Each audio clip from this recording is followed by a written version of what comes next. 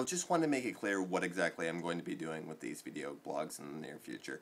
You see, I want to split them kind of down the middle. That way, every day, somebody knows exactly what they're getting into. Because I've always got this feeling that as a geek blog, doing the whole daily Mutterings routine, you've kind of got this entire feeling of, you know, there's half of your audience that is kind of watching it just for the geek stuff to talk about and rave about, you know, whatever latest geek thing that you've come across. And then there's the other half of the audience, which I think would rather have more introspective sort of intrigues about, you know, my life, what I do, where I'm going. And I've, frankly, lately, I've just wanted to, you know, have a therapist without having to pay for it. And voila, there's the iPhone. There's you guys. You are the therapist. I am your patient from now on.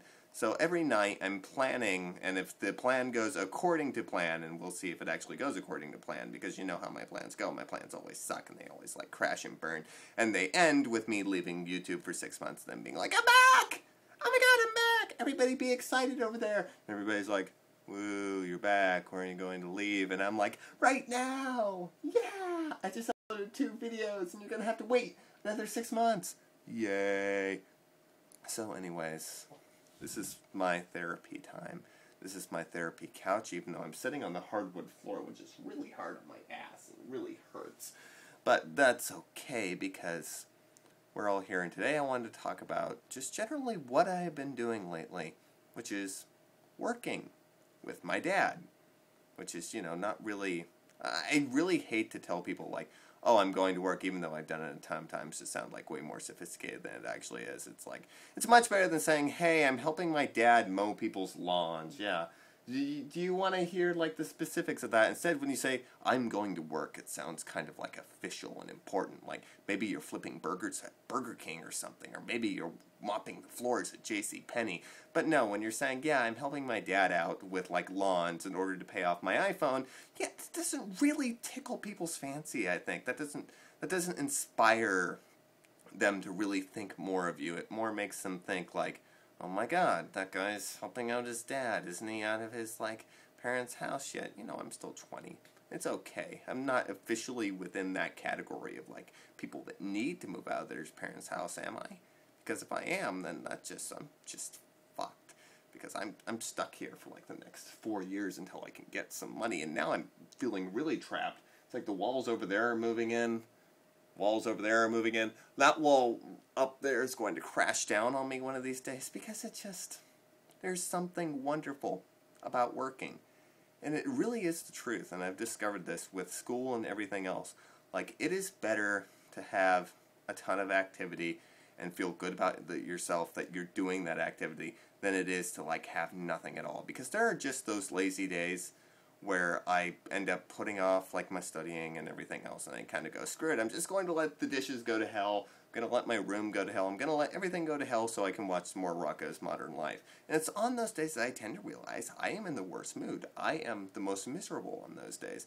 While when I'm being productive, when productivity really comes into play, that is when I actually feel good about myself. And this is a discovery, you know, that I should have made a long time ago. It's not something that, you know, everybody talks about it and it's universal, because it is. It should have sunk into this, like, hard, thick skull of mine, but this skull is, like, it's made of titanium or something. Thoughts do not come in here. Thoughts come by and they're like, go completely over my head. So anything that is common knowledge to all of you about working, please fill me in on it.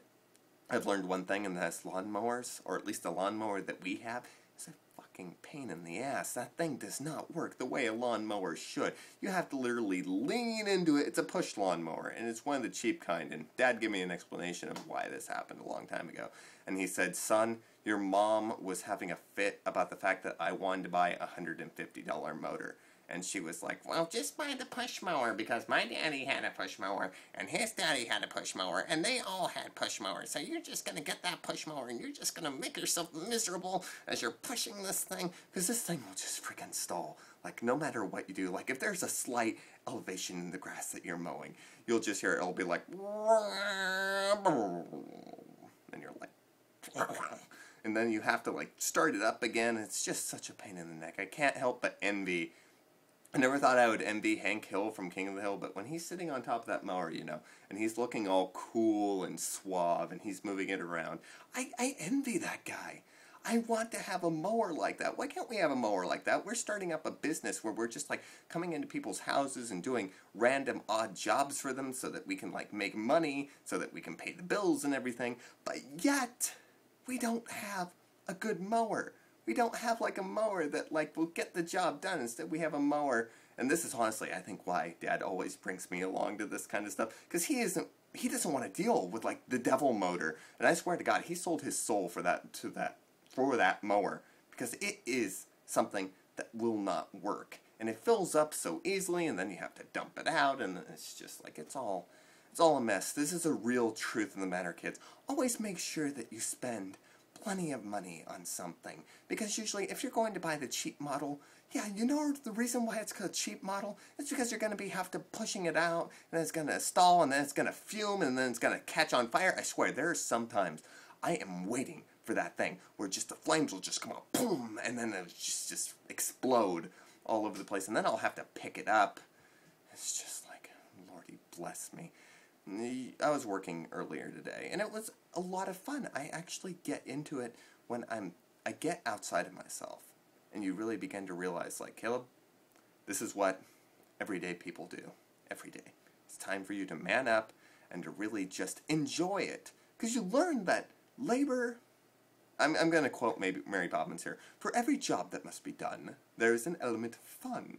If you find the fun, then snap, the job's a game. And I will refuse from singing the rest of the song just for the rest of your sanities, because if you start hearing me singing about Mary Poppins, I'm going to see that subscriber bar over there on the screen. It will just drop down to 0, because nobody wants to deal with that. Your cranium cannot possibly comprehend the singing of Mary Poppins. But as I was working, you start to hear like kids in the house next to you, and I was listening to them play and everything, and it was so cheerful. And the thing is, like, they're not at the age yet where they're probably operating lawn mowers or anything. All they care about is like their little game systems and their little toys and everything, and their little games and their little crushes that they have on the little girl next door and everything.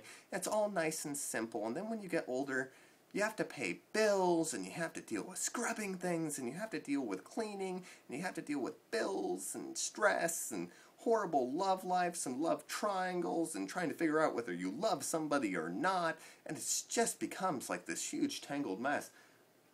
And the brilliance of this is you have to hold on to, I think, that brand of innocence in order to be happy, or at least I have to.